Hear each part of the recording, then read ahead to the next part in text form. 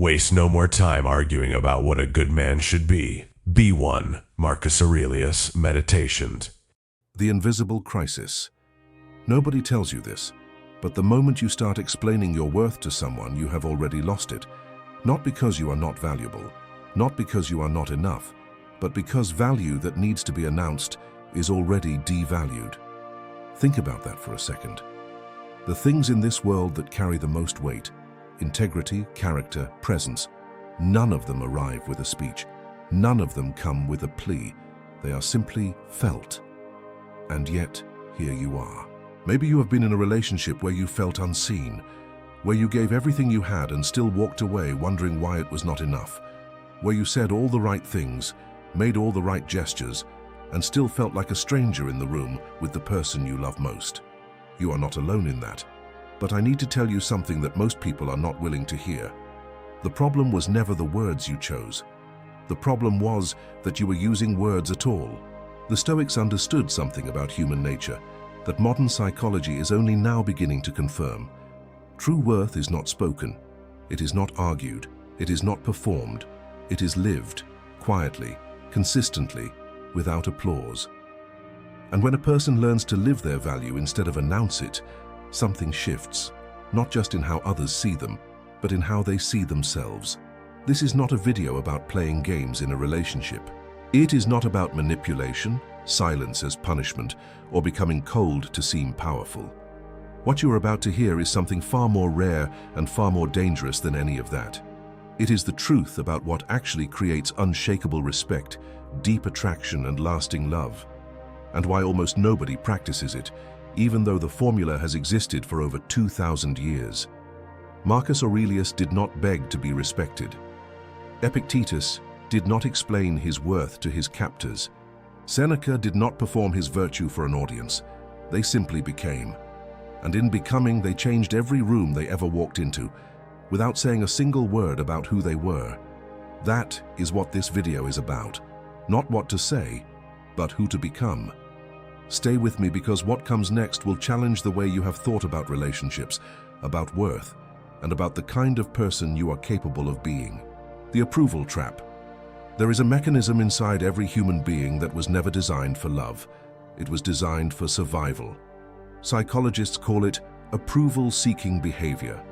The Stoics called it something far more precise and far more brutal: the surrender of your hegemonikon.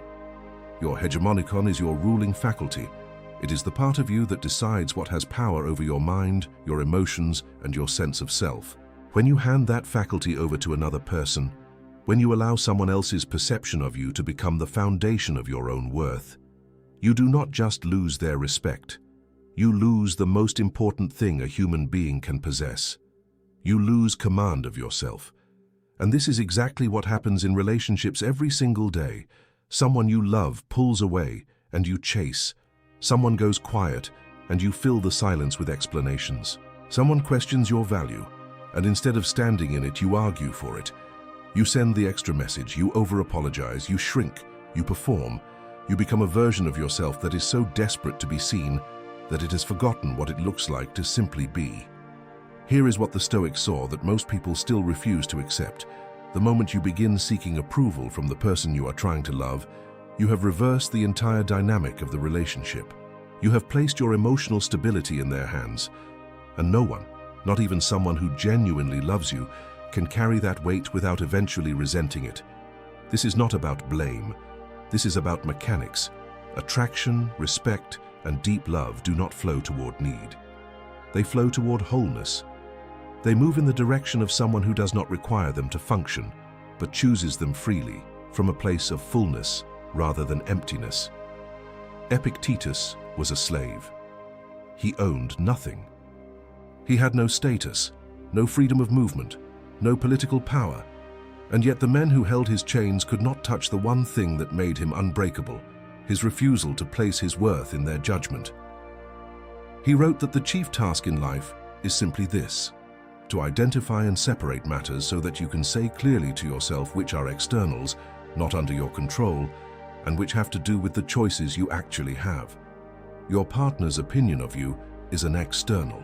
Their recognition is an external. Their validation is an external.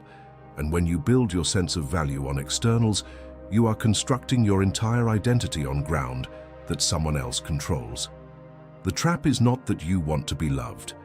That is one of the most human things there is. The trap is that you confused being loved with being approved of, and those two things are not the same. Love is given freely between two people who are whole. Approval is extracted by someone who is not. The first step toward demonstrating your worth without words is not a behavior. It is a decision. The decision to take back your hegemonikon, to stop outsourcing the verdict on your own value to the very person you are trying to build something with. Because here is what changes the moment you make that decision. You stop reacting and start responding. You stop chasing and start standing. You stop explaining and start embodying. And something in the room shifts. Not because you said anything different, but because you became something different. That shift is what the next part of this conversation is about. The gravity principle. Think about gravity for a moment.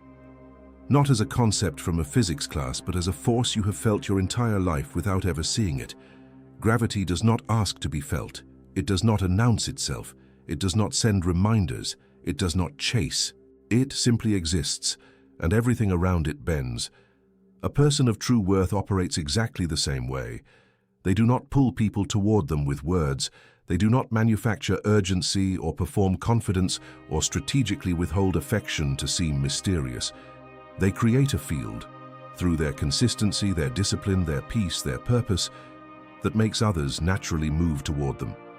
Not because they demanded it, but because something in the presence of that person answers a question that most human beings are quietly asking every single day. Is there someone here who is truly rooted? The Stoics called this virtue. Not virtue in the watered-down sense the word carries today, but arete excellence of character.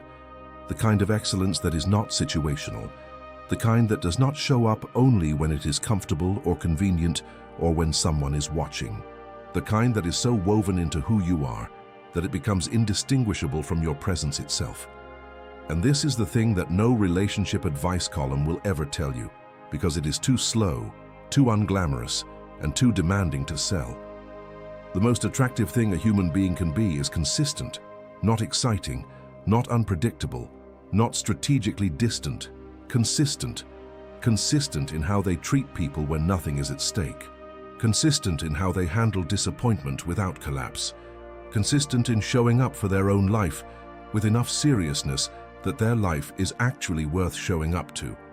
Consistent in being the same person at midnight after an argument that they are at noon on a good day. That consistency is gravity, and gravity, unlike performance, cannot be faked for long. There are 4 pillars that build this gravitational field, and none of them require you to say a single word to your partner about your worth. The first is silent consistency, the practice of appearing without needing to be applauded for appearing, doing what you said you would do, being where you said you would be, not because someone is keeping score, but because your word is the architecture of your character, and you refuse to let it crumble. The second pillar is regulated presence. This is the ability to be fully in a room, with another person, with their emotions, with their chaos, without being consumed by it. The Stoics trained themselves to be the stillest person in any storm. Not because they felt nothing, but because they had developed the discipline to choose their response rather than react to their circumstance. When your partner is falling apart, and you are the calm in the room, you communicate something no speech ever could. You communicate safety. And safety in a relationship is the deepest form of love. The third pillar is boundaries held without anger. Most people confuse boundaries with walls. A wall is built from fear and keeps everything out. A boundary is built from self-respect and defines where you end and another person begins. When you hold a boundary without rage, without guilt, without lengthy explanation, simply and clearly and without apology, you demonstrate a level of self-possession that is genuinely rare. And rarity in any market creates value. The fourth pillar is purposeful direction. A person who is going somewhere, who has a vision for their own life that exists independently of any relationship, carries a gravity that is almost impossible to ignore. Not because they are ignoring their partner, but because they are not using their partner as a substitute for their own becoming. They are building something. They are moving towards something. And that motion, that sense of direction, creates an energy that pulls rather than pushes. Here is what these 4 pillars have in common. None of them are about your partner. Every single one of them is about you. And that is the insight that the Stoics carried that most modern relationship advice completely inverts.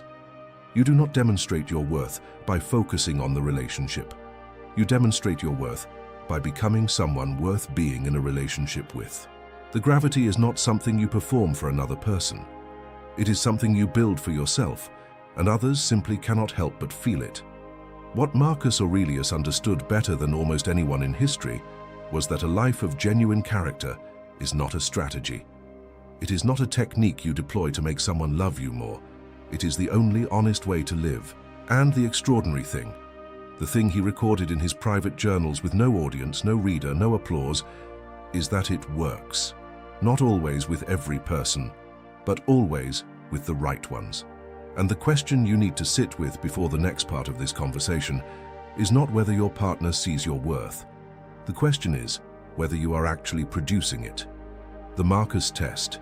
In the year 161 AD, a man named Marcus Aurelius became Emperor of Rome. He commanded the largest military force in the known world.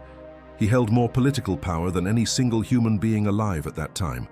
He could have had anything he wanted, said anything he wanted, demanded recognition from anyone he chose.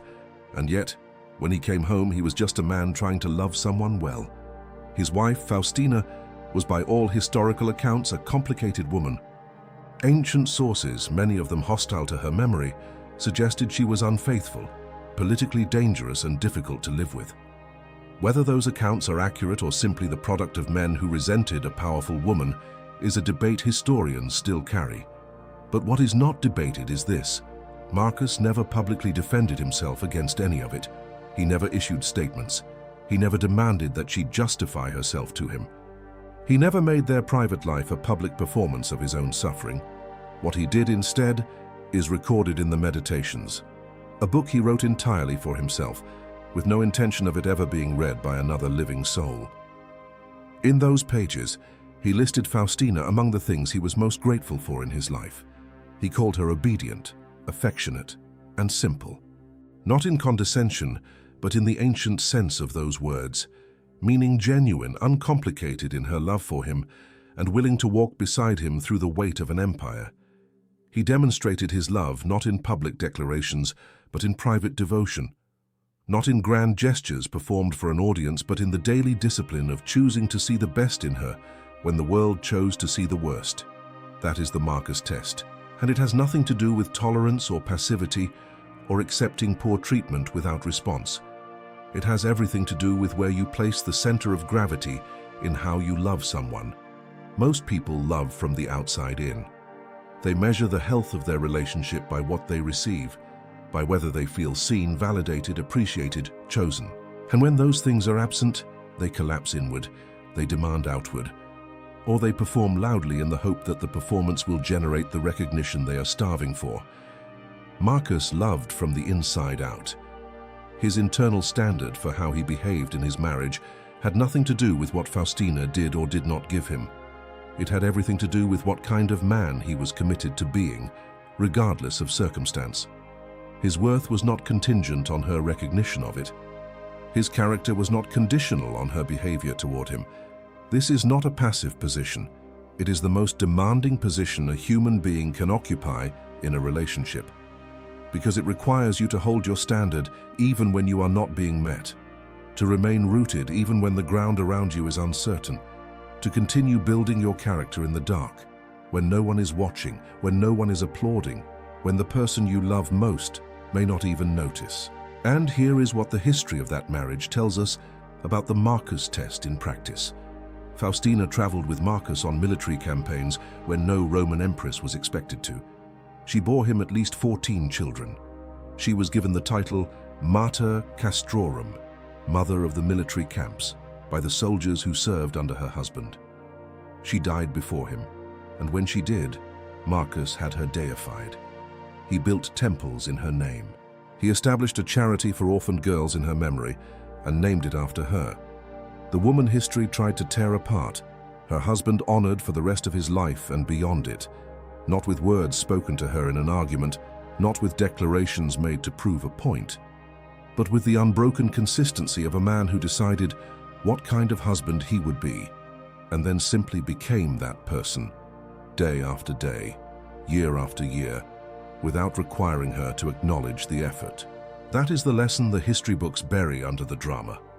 Dignity practiced privately produces results that no public performance ever could. The way you show up in the quiet moments, in the moments when nothing is at stake, when no one will know whether you were generous or petty, patient or reactive, devoted or indifferent, that is where your worth is either built or dismantled. Your partner may not be able to name what they feel when they are around you. They may not have the language for why they trust you, why they feel safe, why something in your presence settles something in them, but they feel it. The body always registers what the mind has not yet articulated, and that registration, that felt sense of being in the presence of someone genuinely rooted, is worth more than every conversation you have ever had about your value. Marcus never passed the test because someone was grading him. He passed it because he had decided long before any test arrived exactly who he was going to be. That decision is available to you right now, not tomorrow, not after the next argument, not once your partner starts treating you differently. Right now, in this moment, you can decide what kind of person you're going to be in your relationship, and then begin the only work that actually matters, the work of becoming someone whose worth needs no announcement because it is written into every single thing they do. The 5 silent languages. Every relationship has a language beneath the language, a conversation happening underneath the words, underneath the arguments, underneath the affection and the distance and the silence. Most people never learn to speak it. They spend their entire lives fluent in the surface conversation, the words, the gestures, the grand declarations, and completely illiterate in the one conversation that actually determines everything. The Stoics were not romantic in the modern sense of that word. They did not write love poetry or advocate for candlelit confessions. What they did instead was far more powerful. They identified the behaviors, the disciplines, that produce genuine connection at the level where human beings actually live, not at the level of feeling, which shifts like weather, but at the level of character, which holds like bedrock. There are 5 silent languages that your partner will feel in their body before their mind can name them. None of them require a single word. All of them require everything you have. The first silent language is the language of time. Not time as a gift you give when it is convenient. Not time as a sacrifice you announce so that credit can be assigned. Time as a quiet, unremarkable daily choice to be present in someone's life without needing the moment to be significant. The Stoics practiced what they called prososh, continuous attention to the present moment and to the quality of one's own actions within it. In a relationship, prososh looks like this. You are in the room, and you are actually in the room. You are at the table, and your mind is at the table. You notice the small things not because you are performing attentiveness, but because the person in front of you has your genuine attention. That quality of presence, unhurried, undistracted, freely given, communicates a depth of regard that no compliment can touch. The second silent language is the language of calm. Not the calm of someone who does not feel things, but the calm of someone who has done the internal work to choose their response rather than react to their trigger. When the person you love is in chaos, when the argument escalates, when the fear surfaces, when the old wounds start bleeding into the present moment, the most powerful thing you can do is not match their energy. It is to become the stillest, most grounded presence in the room. Seneca wrote that the wise person is not one who feels no disturbance, but one who feels the disturbance and is not ruled by it. Your partner may never say the words, "You make me feel safe." But if you are consistently the calm in their storm, their nervous system will say it for them every time they are near you. The third silent language is the language of pattern. Character is not what you do on the best days. Character is not even what you do on the worst days. Character is what you do on the ordinary days, the invisible days. the days when nothing is at stake, and no one will ever know the difference. Keeping a commitment you made when no one is checking. Treating your partner with the same consideration you would show a stranger. Maintaining your standard when you are tired, when you're frustrated, when the relationship feels more like weight than wings. The Stoics called this living according to nature, meaning living in alignment with your highest rational capacity, regardless of external conditions. In a relationship, it means being the same person on a Tuesday morning that you are on a Saturday night. That consistency observed over time builds a form of trust that words simply cannot manufacture. The fourth silent language is the language of limits, a boundary communicated without anger, without lengthy justification, without guilt or apology, is one of the most sophisticated things a human being can do. Most people either have no limits at all and are therefore formless, easily moved, and ultimately untrustworthy, or they hold their limits with such aggression and defensiveness that the limit itself becomes a weapon. The Stoic path is narrower and more demanding than either of those options. It is the ability to say clearly and without drama what you will and will not accept, not because you are punishing someone, not because you are making a point, but because you know exactly where you end and another person begins. That knowledge, expressed quietly and without apology, communicates a level of self-possession that changes how someone sees you at a level deeper than conscious thought. The fifth silent language is the language of vision. A person who has a direction, who is building something, moving towards something, becoming something, carries an energy that is almost impossible to manufacture artificially and almost impossible to ignore authentically. This is not about ambition as performance. It is not about using your goals to make yourself seem more impressive. It is about the simple, profound reality that a person who is genuinely invested in their own becoming is a person whose company means something. They bring something to the relationship that cannot be given to them by the relationship. Their sense of purpose exists independently of whether they are loved, validated, or chosen on any given day. And that independence, that fullness, is the most attractive quality a human being can carry into any relationship. The Stoics were relentless in their insistence that the good life is one lived in pursuit of virtue and wisdom, not for an audience, not for a partner, but because it is the only honest way to inhabit a human life. These 5 languages have something in common that is easy to miss if you are reading too fast. None of them are about your partner.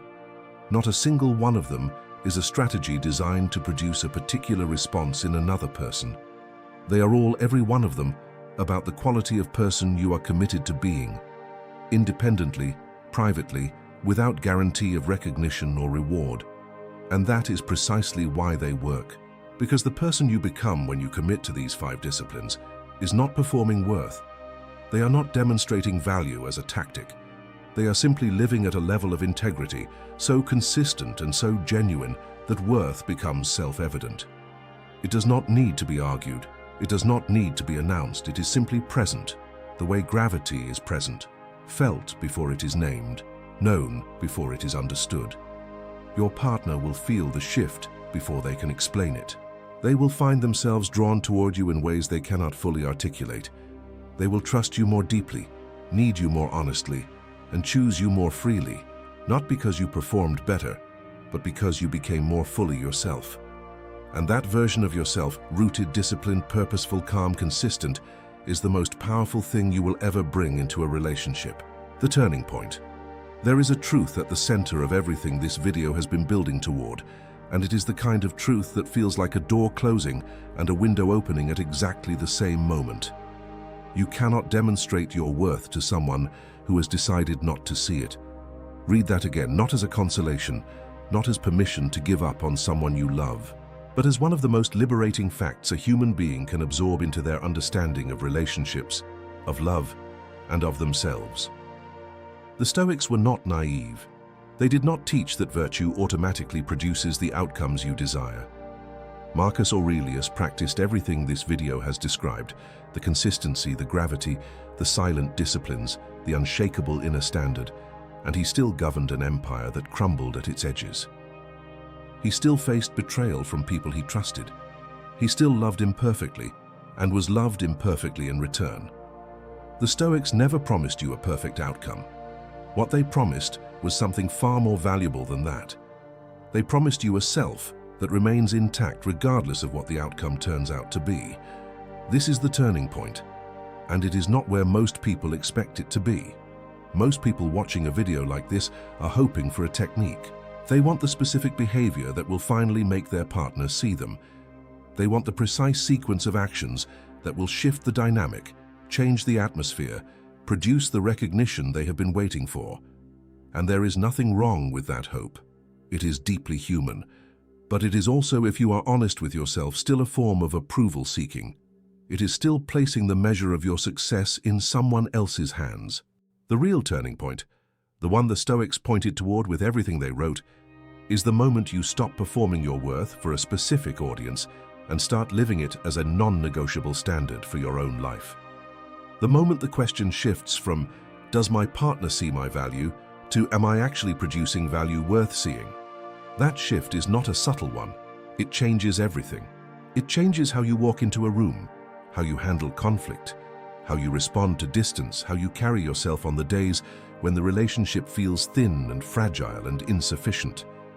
It changes what you are willing to accept and what you are no longer able to tolerate. Not because you have become harder, but because you have become clearer. Epictetus said that it is not things that disturb us, but our judgments about things. Apply that to your relationship. It is not your partner's inability to see your worth that is destroying your peace. It is your judgment that their inability to see it means it is not there. And that judgment, that willingness to let someone else's perception overwrite your own reality, is the source of more relational suffering than almost any other single thing. When you correct that judgment, something extraordinary happens. You stop needing the relationship to perform a particular function in order for you to feel whole. You stop arriving at love as a transaction, I give this, you give that, we keep score in the dark, and you start arriving as a complete person who has chosen to share their completeness with another complete person. That is not a romantic fantasy. That is the only architecture that actually holds under the weight of real life. Here is what changes in the relationship when you reach this turning point. Your partner stops being the judge of your worth and starts being the witness of your character. That is a completely different role. A judge has power over the verdict. A witness simply observes what is already true. And when you are no longer auditioning, when you have stopped performing for the verdict and started simply living your standard, what your partner witnesses is something they cannot manufacture a response to. It simply lands. It simply registers. At the level beneath strategy, beneath games, beneath the complicated machinery of modern relationships, something in them recognizes something in you. Not because you planned it, but because it is real. And reality, in the end, is the only thing that lasts. Marcus Aurelius wrote in his journals, with no audience, no applause, and no guarantee that any of it would matter, concentrate every minute on doing what is in front of you with precise and genuine seriousness. He was not writing that for Faustina. He was not writing it for Rome.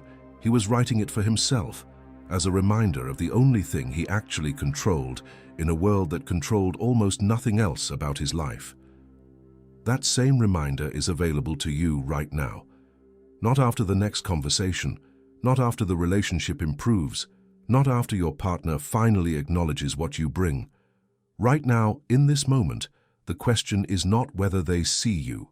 The question is whether you are being someone worth seeing, privately, consistently, without condition and without applause. Because the person who can answer yes to that question without hesitation, without qualification, and without needing anyone to confirm it, is not someone who struggles to demonstrate their worth in a relationship. They are someone whose worth has already been demonstrated in every single quiet moment of every single ordinary day.